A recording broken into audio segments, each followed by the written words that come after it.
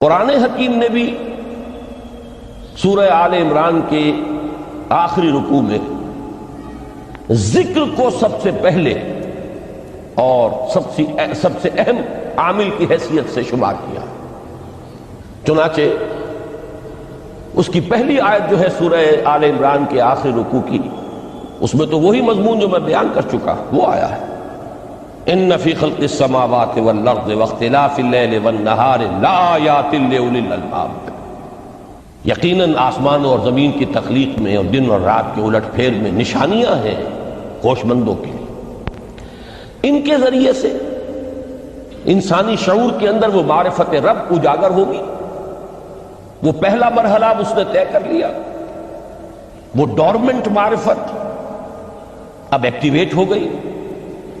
اب مزید فکر کا مرحلہ ہے جو اگلی آیت میں آیا ہے، الذین یذکرون اللہ قیاما وقعودا وعلی جنوبہم ویتفکرون فی خلق السماوات والارض ربنا ما خلقت ھذا باطلا سبحانک فقنا عذاب النار۔ یعنی تفکر جو ہے ویتفکرون فی خلق السماوات والارض، وہ تفکر کرتے ہیں، غور و فکر کرتے ہیں آسمان اور زمین کی تخلیق میں، لیکن اس تفکر کے ساتھ لازماً ذکر اور ذکر مدام، ذکر بھی وہ کہ جو مستقل ہو، ہر حالت میں ہو۔ الذین یذکرون اللہ قیاما وقعودا وعلی جنوبہم، وہ لوگ کہ جو اللہ کو یاد رکھتے ہیں، اللہ کا ذکر کرتے ہیں، کھڑے ہوئے بھی، بیٹھے ہوئے بھی، اور اپنے پہلوؤں کے بل یعنی لیٹے ہوئے بھی۔ اب ان تین کے سوا تو کوئی پوزیشن انسان کی نہیں ہے، اسی کا نام ہے دوام ذکر۔ اور اس کے ساتھ اگر وہ تفکر کرتے ہیں تو ان کا فکر اگلی منزل تک پہنچتا ہے۔ تو پہلی شے تھی فکر انسانی کی صحیح رخ پر مزید پیش قدمی اور پیش رفت، اور اس کے لیے لازم ہے ذکر و فکر کا امتزاج۔ دوسری چیز کو لیجئے عمل کی درستی۔ اس عمل کی درستی کے لیے اللہ تعالیٰ کے ساتھ ایک گہرے تعلق کی ضرورت ہے، اس لیے کہ صبر کی بحث میں یہ مضامین شاید آپ کے سامنے آ گئے ہو کہ صبر، جہاں مصیبت پر صبر ہوتا ہے، تکلیف پر صبر ہوتا ہے، اللہ کے احکام پر جمنا یہ بھی صبر ہے، نفس کی خواہشات کی باغ کو تھام کر رکھنا، کھینچ کر رکھنا یہ بھی صبر ہے، اور استقامت کسی شے پر قائم رہنا یہ بھی صبر ہے۔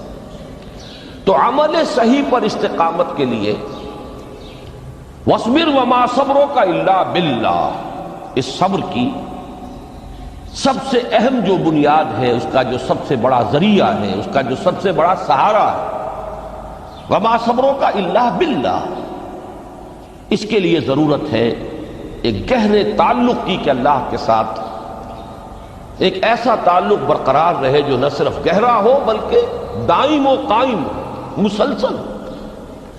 ذرا ذہول ہوگا تعلق مع اللہ میں، ذرا کمی آئے گی، شیطان کا وار کاری ہو جائے گا۔ اسی کو حضور نے حدیث میں یوں تعبیر کیا ہے تمثیلاً کہ جو دل اللہ کی یاد سے غافل ہے، اس پر فارسی کا وہ مقولہ بھی ہے کہ خانہ خالی را دیو میں گیرت، گھر خالی رہے تو جنات اس پر دیو جو ہے آ کر قبضہ جما لیتے ہیں۔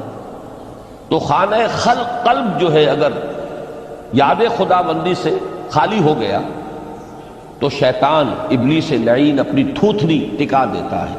یہ لفظ آتا ہے سور کے منہ کے لیے تھوتھنی، جس طرح اس کا نکلا ہوا سا منہ ہوتا ہے آگے، تو یہ لفظ استعمال کیا گیا کہ وہ اپنی تھوتھنی انسان کے دل پر جما کر اور پھوکے مارنی شروع کر دیتا ہے۔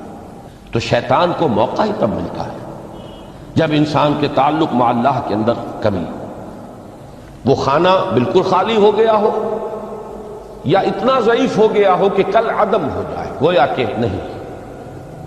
تیسری چیز کی طرف آئیے، روحانی ترقی۔ روحانی ترقی کے لیے میں ایک اصطلاح کے سامنے لا رہا ہوں، اس سے مراد کیا ہے؟ روحانی ترقی کے لیے ہماری دینی اصطلاح ہے تقرب الی اللہ، اللہ سے قریب تر ہوتے چلے جانا۔ اس پر میرا ایک کتابچہ بھی ہے، تقرب الی اللہ کے 2 مدارج، 2 درجے، جو در حقیقت ایک حدیث نبوی علیہ الصلوۃ والسلام ہی پر مبنی ہے کہ حضور نے ایک درجہ قرار دیا ہے تقرب بالفرائض، فرائض کے ذریعے سے انسان اللہ کا قرب حاصل کرے۔ ایک ہے تقرب بالنوافل، نوافل کے ذریعے سے اللہ کا قرب حاصل کرے۔ ان میں کیا نسبت و تناسب ہے، اہمیت کے اعتبار سے کون بڑھ کر ہے، بلندی کے اعتبار سے کون بڑھ کر ہے، یہ تمام مسائل میں نے اپنی اس تقریر میں بیان کیے تھے جو اس کتابچے میں شائع ہوئی ہے۔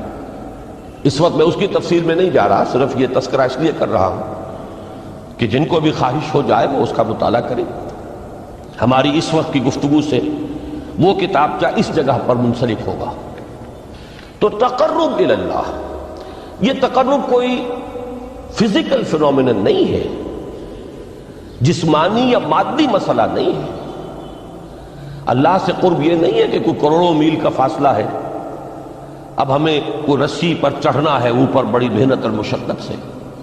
فصل تو ہے ہی نہیں، فاصلہ ہے ہی نہیں، بعد ہے ہی نہیں۔ نحن اقرب الیہ من حبل الورید، ہم تو انسان سے اس کی شہرگ سے بھی زیادہ قریب ہیں۔ ہوا معکم اینما کنتم، وہ تو تمہارے ساتھ ہی ہوتا ہے جہاں کہیں بھی تم ہو، بس صرف یہ کہ تمہاری توجہ نہیں ہوتی، تم اور چیزوں میں مشغول و مصروف رہتے ہو، تم ہماری طرف دھیان ہی نہیں دیتے، تم ہماری طرف متوجہ ہی نہیں ہوتے۔ ہم تو مائل بے کرم ہے، کوئی سائل ہی نہیں، راہ دکھلائیں کسے رہنم منزل ہی نہیں۔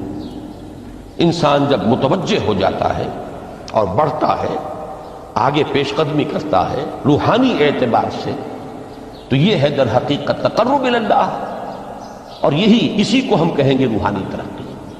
اب ان 3 چیزوں کو اگر آپ نے ذہن میں جما لیا، پھر میری بات کی ترتیب اس کو ذہن میں قائم کیجئے۔ ہم چلے کہاں سے کہ دین کے ساتھ اصل مناسبت فلسفے کی نہیں، حکمت کی۔ نمبر 2، حکمت قرآنی کا پہلا اور اہم ترین اور بنیادی مسئلہ معرفت رب کا حصول ہے۔ اس کا نتیجہ شکر خدا بندی ہے، اس کا ذریعہ آیات آفاقی، آیات انفسی، اور سب سے بڑھ کر آیات قرآنیہ جو الذکر ہے، جو تذکرہ ہے، جو ذکر ہے۔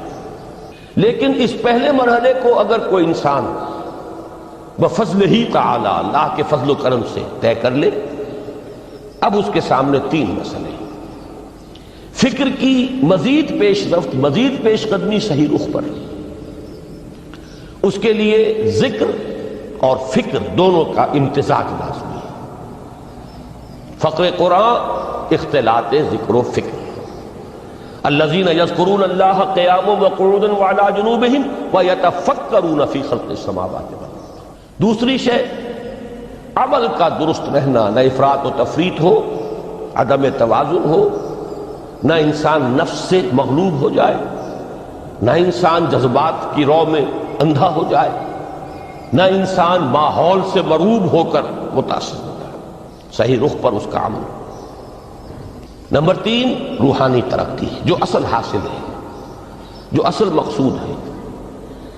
نمبر 2 چیز کے لیے تعلق مع اللہ ضروری، نمبر 3 کے لیے تقرب الی اللہ ضروری۔ اب غور کیجئے، ان تینوں چیزوں کا بڑا گہرا تعلق ہے نماز کے ساتھ۔ ان تینوں کے لیے ستون کی حیثیت نماز کو ہے، لہذا ایمان کے بعد یا معرفت رب کے بعد حکمت دین کا اہم ترین مسئلہ نماز، صلاۃ۔ اس لیے کہ ایک طرف یہ انسان کو اللہ کے ساتھ ایک گہرے تعلق کا ذریعہ فراہم کرتی ہے، اپنے تمام مصروفیات میں سے، ان مشغولیتوں میں جن میں گم ہونے کا خدشہ ہوتا ہے، نکلو۔ 24 گھنٹے کے معمولات میں سے کم 5 مرتبہ تو لازماً نکلو، اور اپنے آپ کو ذرا، اپنے حواس کو بھی، اپنی باطنی کیفیات کو بھی ذرا تازہ کرو۔ اگر کوئی گندگی، نجاست، کسی طرح کی ناپاکی کا کوئی معاملہ ہے، طہارت حاصل کرو۔ طہارت سے تمہارے اندر روح کو بھی بالیدگی ہوگی، تمہارے حواس بھی تازہ ہوں گے، تم گویا کہ بحیثیت کل تمہاری ہستی چاق و چوبند ہو جائے گی۔ وہ کسل، وہ سستیاں، وہ جو ایک کثافتیں ہوتی ہیں، ان سب سے نجات حاصل کرو، اور اب اپنے رب کے حضور میں کھڑے ہو جاؤ، اس کے ساتھ اپنا عہد بھی تازہ کرو، اس کی اہم صفات کو بھی اپنے ذہن میں پھر مستحضر کرو۔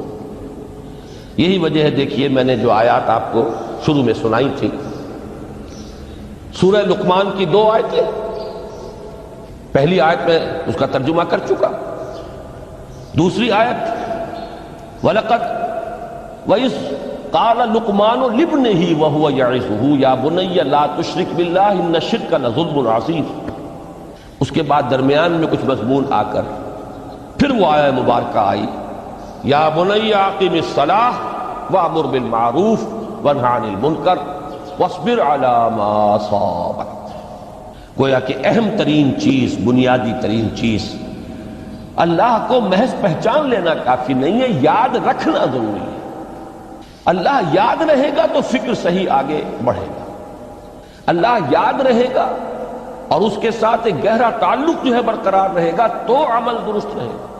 بالکل یہی بات سورہ طٰہٰ میں جو پہلی وحی حضرت موسیٰ علیہ السلام پر ہوئی، اور پہلا مخاطبہ ہے، چونکہ حضرت موسیٰ کو یہ انبیاء کرام کے مقدس گروہ میں ایک امتیازی حیثیت حاصل ہے کہ ان سے براہ راست گفتگو ہوئی ہے، اگرچہ صرف ایک پردہ تھا، اوٹ من ورائے حجاب گفتگو ہوئی ہے، لیکن یہ کہ کوئی فرشتے کا درمیانی جو ہے وہ لنک نہیں تھا، براہ راست اللہ تعالیٰ نے حضرت موسیٰ علیہ السلام سے کلام فرمایا۔ کلم اللہ موسیٰ تکلیما، موسیٰ سے تو اللہ نے کلام فرمایا جیسے کہ کلام کیا جاتا ہے۔ تو پہلا مخاطبہ ہے، یہ پہلا مکالمہ ہے، پہلی وحی کہیے، اسی میں یہ الفاظ بھی موجود ہیں، اننی انا اللہ لا الہ الا انا فاعبدنی وَأَقِمِ الصَّلَاةَ لِذِكْرِي۔ یہ گویا کہ حکمت قرآنی کا ایک بہت بڑا خزانہ ہے یہ آیت مبارکہ، کہ خود حضرت موسیٰ علیہ السلام کو جو ہدایت دی جا رہی ہے، میں ہوں، میں اللہ، اننی انا اللہ لا الہ الا انا، میرے سوا کوئی معبود نہیں، فاعبدنی، بس میری بندگی، میری عبادت، میری پرستش، میری محبت، اس کو اختیار کرو۔ وَأَقِمِ الصَّلَاةَ لِذِكْرِي، اور نماز کو قائم رکھو میری یاد کے لیے۔ بلکہ اسی سلسلہ کلام میں آگے چل کر سورہ طٰہٰ میں آتا ہے، کافی گفت و شنید کے بعد جب حضرت موسیٰ نے کچھ معذرت بھی کی، کچھ دعائیں بھی کی، اللہ نے ایک دعا قبول بھی کی کہ ان کے بھائی کو بھی شریک کر لیا، حضرت ہارون کو بھی۔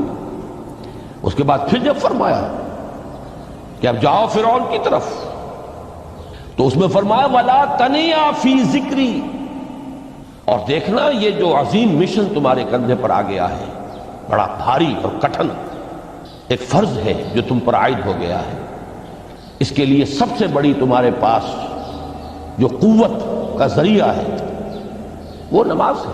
اقیم فلا تنیا عن ذکری، میری یاد میں کبھی غفلت نہ کرنا، اس میں کبھی کوئی کمی نہ آنے دینا۔ جیسا کہ میں نے عرض کیا تھا کہ جیسے ہی وہ تعلق جو ہے کمزور پڑتا ہے یا منقطع ہو جائے معاذ اللہ، تو پھر انسان گویا کہ شیطان کے لیے ایک لقمہ تر بن جاتا ہے۔ اب آپ غور کیجئے، تیسری شے تقرب الی اللہ، اس کے حوالے سے بھی جو فرائض اور نوافل کی بات ہے اس کو اس وقت ذہن سے نکال کر یہ سمجھیے کہ اس میں نماز کا کیا مقام ہے، اس لیے کہ نماز فرض بھی ہے، نماز نفل بھی ہے، وہ تو ان دونوں میں شریک ہو جائے۔ اب اس کو لفظ صلاۃ کے حوالے سے آپ ان دونوں چیزوں کو سمجھیے۔ صاد لام واو یا یہ چونکہ حروف علت ایک دوسرے سے بدلتے رہتے ہیں، یہ جو مادہ ہے اس کی جو خالص لغوی اصل ہے جو خالص عربی زبان میں اس کا بنیادی مفہوم ہے وہ آگ جلانا یا آگ تاپنا یا آگ سینکنا، حرارت حاصل کرنا۔ لہذا بار بار آتا ہے جہنم کے ذکر میں اسلوہا، اب جلو اس میں، تاپو اس کو، یہ سینکے گی تمہیں۔ بلکہ تفتلون کا لفظ آیا ہے حضرت موسیٰ کے کلام میں، جب وہ گئے تھے کوہ طور پر، جب پہنچ گئے تو تھے آگ تک کی تلاش میں، لعلکم تفتلون، تو اپنے اہل خانہ سے یہی کہا تھا کہ مجھے کہیں وہ روشنی نظر آ رہی ہے، غالباً کوئی وہاں سے آگ مل سکے گی، ورنہ یہ کہ کوئی رہنمائی کو رستہ مجھے مل سکے گا، میں وہ آگ لے آؤں گا، کوئی چنگاری وہاں سے لے آؤں، لعلکم تفتلون، تاکہ تم، اب یہ اصطلاح در حقیقت باب افتعال ہے، اور یہ تے یہاں پر توئے کی شکل اختیار کر گئی، تا نے توبن کی صورت اختیار کی صاد کی وجہ سے۔ بہرحال اس کا سب سے بنیادی مفہوم جو ہے وہ ہے تاپنا، سکائی حاصل کرنا، حرارت۔ اس کے حوالے سے سمجھ لیجئے کہ سب سے بنیادی تعلق اس کا جو ہے وہ روح کے ساتھ ہے۔ روح میں محبت خداوندی کی آگ اگر ٹھنڈی پڑ گئی ہو، باطنی ثمرات ہے، اس میں سب سے پہلے مقام رضا ہے، پھر تفویض ہے، توکل ہے۔ آپ محنت کر رہے ہیں، محنت کر رہے ہیں، محنت کر رہے ہیں، نتیجہ نہیں نکلا۔ ایک نتیجہ یہ نکلے، ایک بچے نے بہت محنت کی، دن رات کام کیا، فیل ہو گیا امتحان، اب صدمے سے کمر ٹوٹ سکتی ہے اس کی، لیکن نہیں، ہو سکتا ہے کہ اللہ تعالیٰ نے اسی میں میرے لیے خیر رکھی، اس لیے کہ ہماری محنت سے کچھ نہیں ہوگا، ہمارے مادی وسائل سے کچھ نہیں ہوگا اللہ کے اذن سے، اللہ کی مرضی سے، اللہ کی مشیت سے۔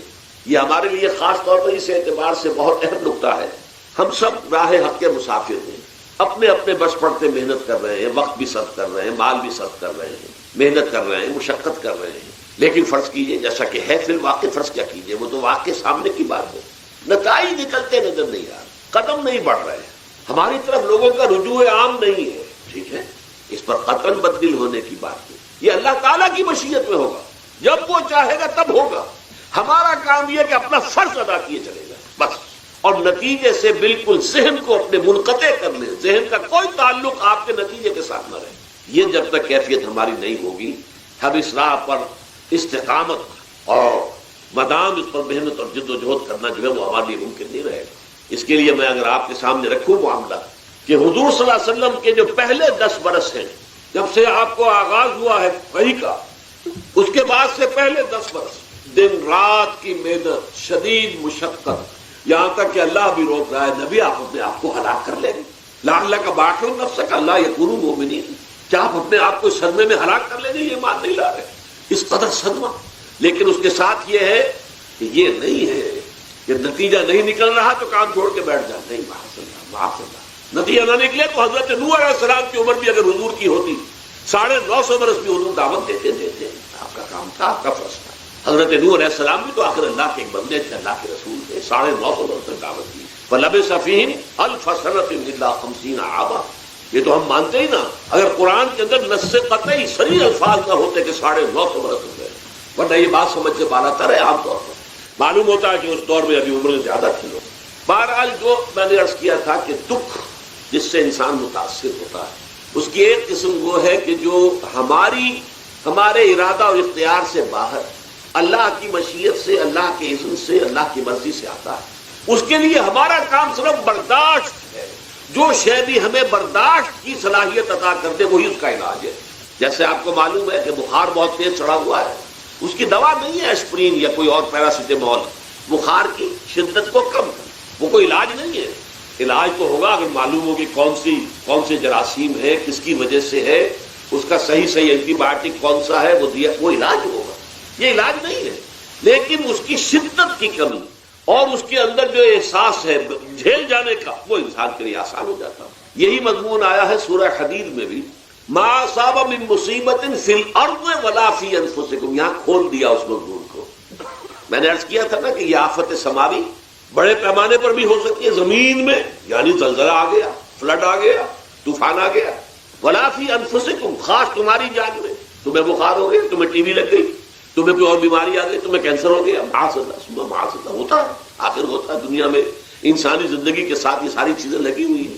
لیکن یہ چیزیں ما اصاب من مصیبت فی الارض ولا فی انفسکم، نہیں پڑتی تم پر کوئی پڑنے والی کوئی مصیبت کوئی تکلیف، نہ پوری زمین میں بڑے پیمانے پر، نہ تمہاری جانوں میں انفرادی سطح پر، الا فی کتاب من قبل ان نبراها، مگر یہ کہ وہ تو ایک کتاب میں، کتاب اللہ کے علم کی کتاب، ام الکتاب، اس میں پہلے سے درج موجود ہے۔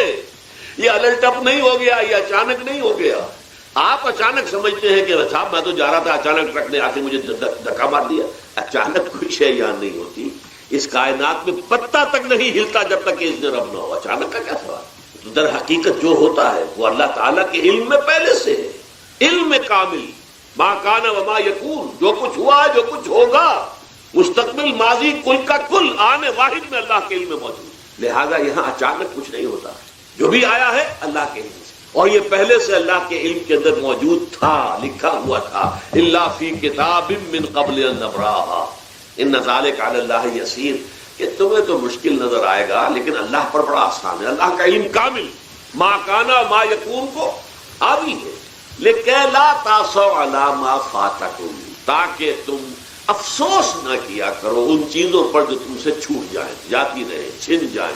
کوئی موقع تھا ہاتھ سے نکل گیا، کوئی دولت تھی اس پر ڈاکہ پڑ گیا، کوئی اور مصیبت ہے وہ آ گئی، کوئی عزیز فوت ہو گیا، اکلوتا بیٹا تھا فوت ہو گیا، وغیرہ وغیرہ۔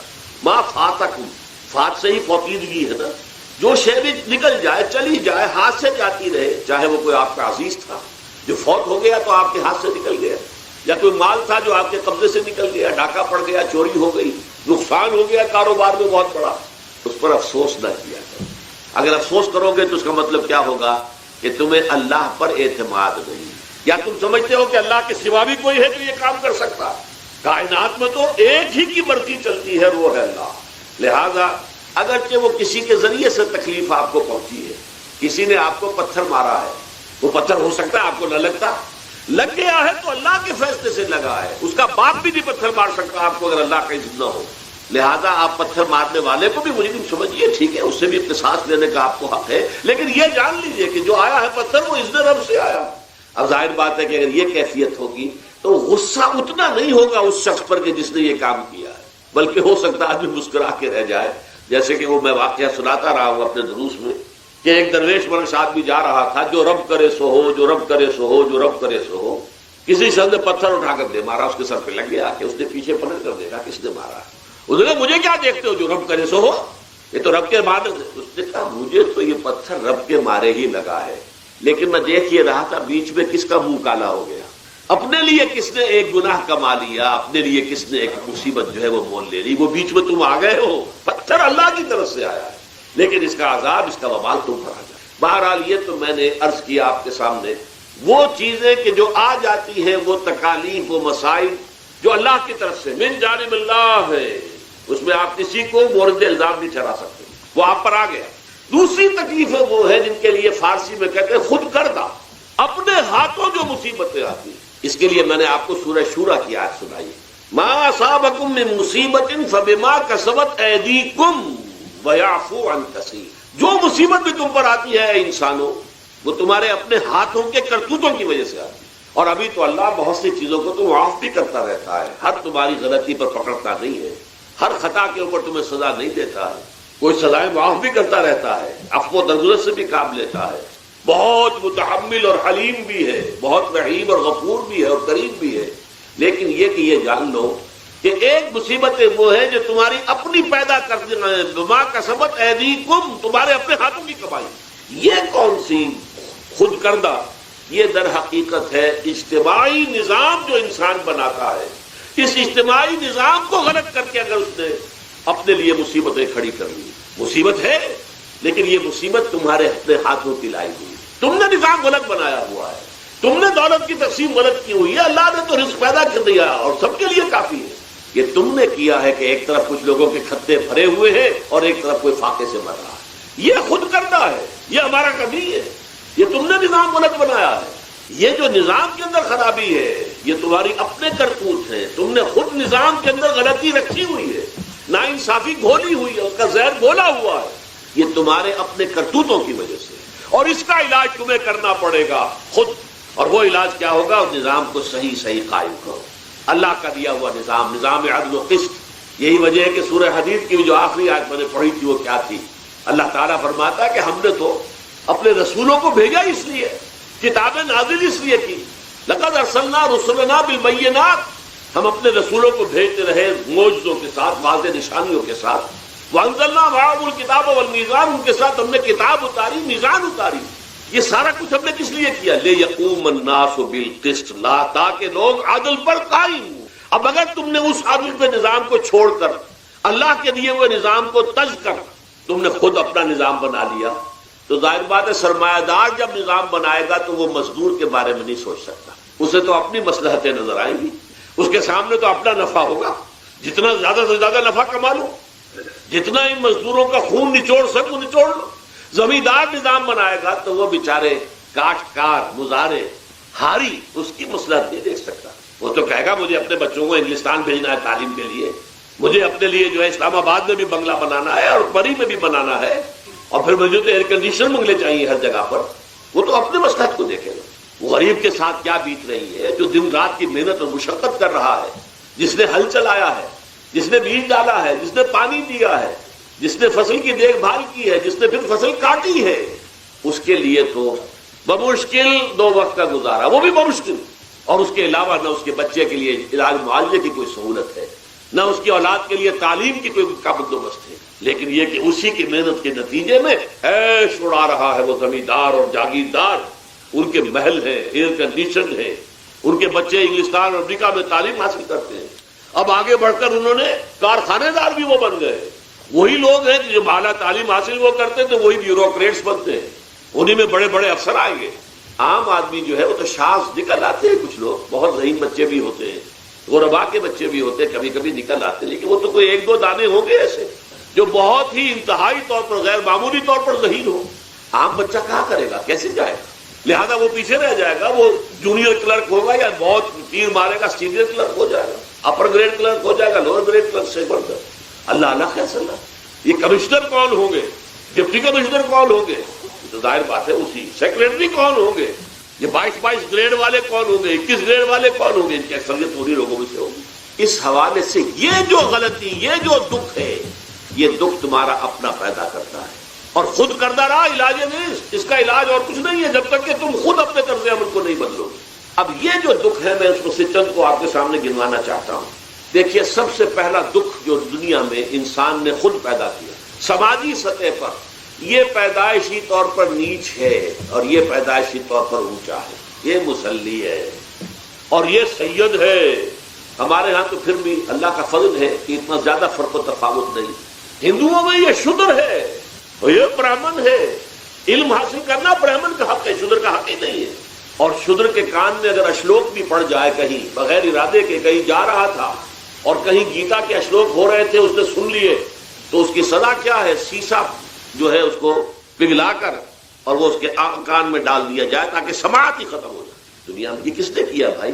یہ خود انسان نے کیا. یہ ظلم انسان اپنے اوپر ڈھا رہا ہے. یہ اونچ نیچ اس نے خود بنائی. ہمارے ہاں بھی ہے، اتنی نہیں ہے. مسلی کا کیا مقام ہے آپ کے معاشرے میں؟ سید کچھ بھی ہو، بدمعاش ہو، زانی ہو، سید ہے.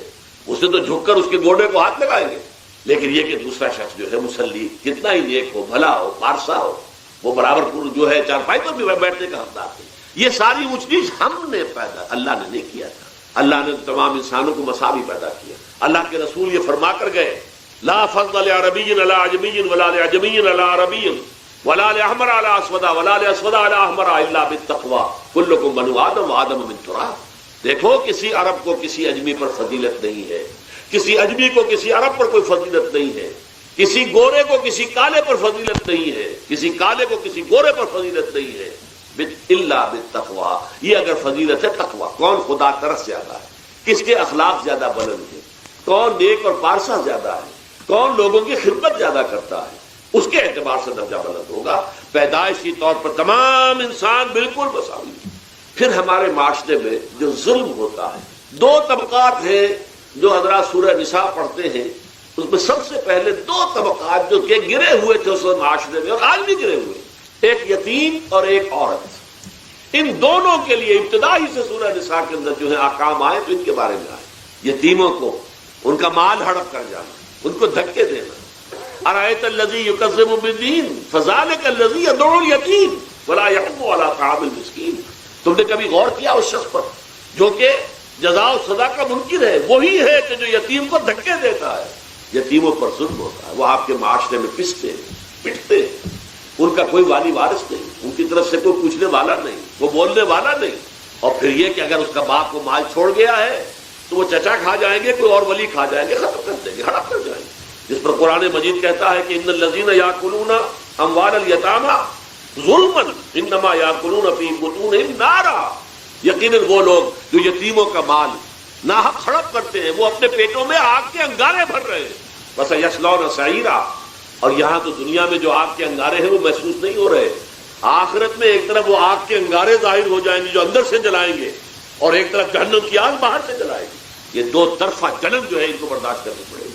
ظاہر بات ہے یہ ہمارا اپنا کیا ہوا ہے، یہ اللہ کی طرف سے نہیں ہے، یہ ہم نے نظام غلط بنایا ہے، ہم نے اتوار اپنے برے کر لیے. اور دوسرا طبقہ خواتین کا، عورتوں کا.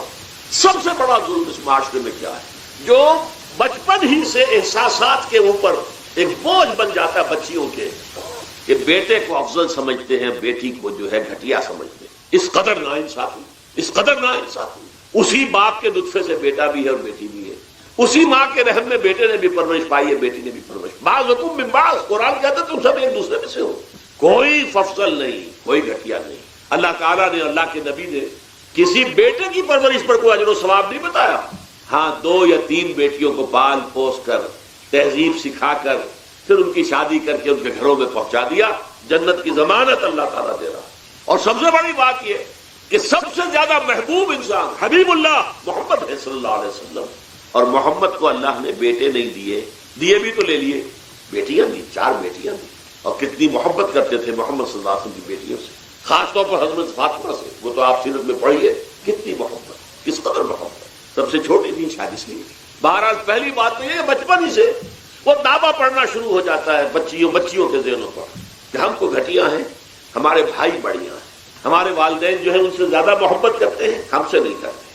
پھر شادی میں اکثر و بیشتر لڑکیوں کی مرضی کا کوئی خیال نہیں کیا جاتا. یہ ظلم ہے جو ہم کر رہے ہیں. لڑکی کی مرضی کے بغیر، اس کے اذن کے بغیر، اس کی اجازت کے بغیر کوئی شادی نہیں ہو. زبردستی وہ بھیڑ بکریاں نہیں ہے کہ جس کے ہاتھ چاہا آپ نے بیچ دیا.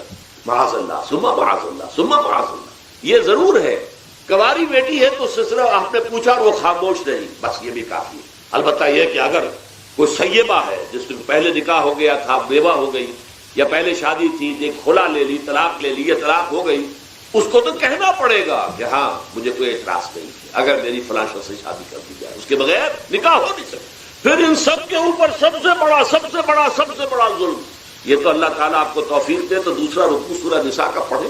کتنی تاکید کے ساتھ احکام آئے ہیں وراثت کے. وراثت مما قل منہ او کثر، چاہے زیادہ مال کسی نے چھوڑا ہو چاہے تھوڑا سا چھوڑا ہو، لیکن وراثت کے احکام جو ہے ان کو نافذ کرنا ہوگا.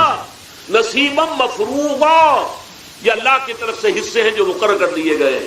لیکن ہمارے معاشرے میں کون ہے جو بیٹیوں کو دینے کو تیار ہو اور بہنوں کو دینے کو تیار ہے؟ مجھے تو حیرت ہوئی تھی، مالا کنڈ میں آپ کو معلوم ہوگا ایک دفعہ بڑی تحریک چلی تھی شریعت کے نفاذ کی. مولوی صوفی محمد صاحب بڑے نیک آدمی ہیں، بہت، اس میں کوئی شک نہیں.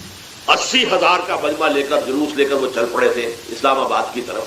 جیسے ابھی اکرم آوان صاحب نے دھمکی دی تھی کہ 3 لاکھ میرے پاس ہیں، لیکن وہ 3 لاکھ میں سے وہ تو ان کے ہاں جمع جو ہوئے 5 سے 6 ہزار آدمی جمع ہوا تھا کوئی.